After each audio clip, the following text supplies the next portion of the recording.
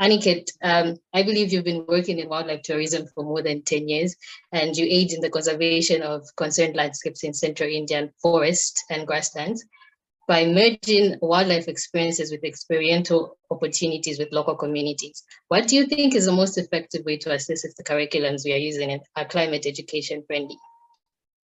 Hi. Thank you, Nomai, and thank you, WeNaturalists, for the platform. I hope I'm audible.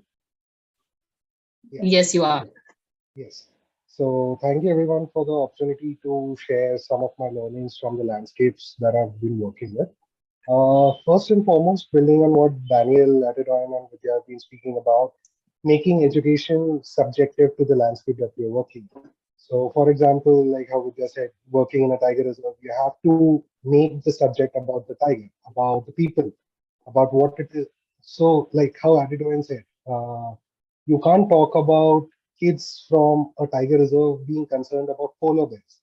You can't tell them to go save the polar bears or how polar caps are melting. It's not relevant to them. So, first of all, I think climate education has to be subjective. It has to be boiled down back to their backyard. Build it down to the level where they can relate to it. First of all, like, the crop cycle. How is the crop cycle around them being affected? The kind of crops that they used to grow and what the crops are growing now. Or how is there a change in the river around them? So you have to boil it down to the level where they can relate to it. I think that what makes the most impact. Secondly, when we talk about assessing the curriculum, so to say, the first thing that unfortunately as an educator, even we do and all of us do, or even teachers do, we try and go into assessments. And the assessments are quantitative. Like Daniel said, it can't be only quantitative. We have to make it qualitative, and qualitative is quite tricky to work with. So you can talk to 1,000 kids about the importance of, saving the forest or, saving the grassland or anything of that sort. But how many kids actually connect to the idea? And I think the one short way I think that I gauge how good the kids are reacting to it or the young adults are reacting to it is by the amount of questions.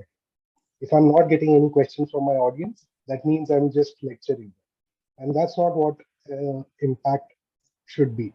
The impact should be where the students or the young adults feel the need to come up with questions, to come up with actions, to come up with goals about what they should do or what they feel like and one thing I've always taken back with, so this is something I learned while doing awareness sessions with kids and stuff, that you give them the ownership of the land.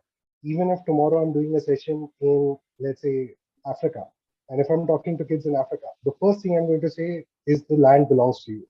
This land is yours, not mine. So whatever happens to this land, good, bad, or ugly, you are responsible for it. If it's, for example, there are lions in your backyard, or there are tigers, or polar bears, or whatever animals, or whatever things are there in your backyard, the mountains, the forests, the rivers, they all belong to you.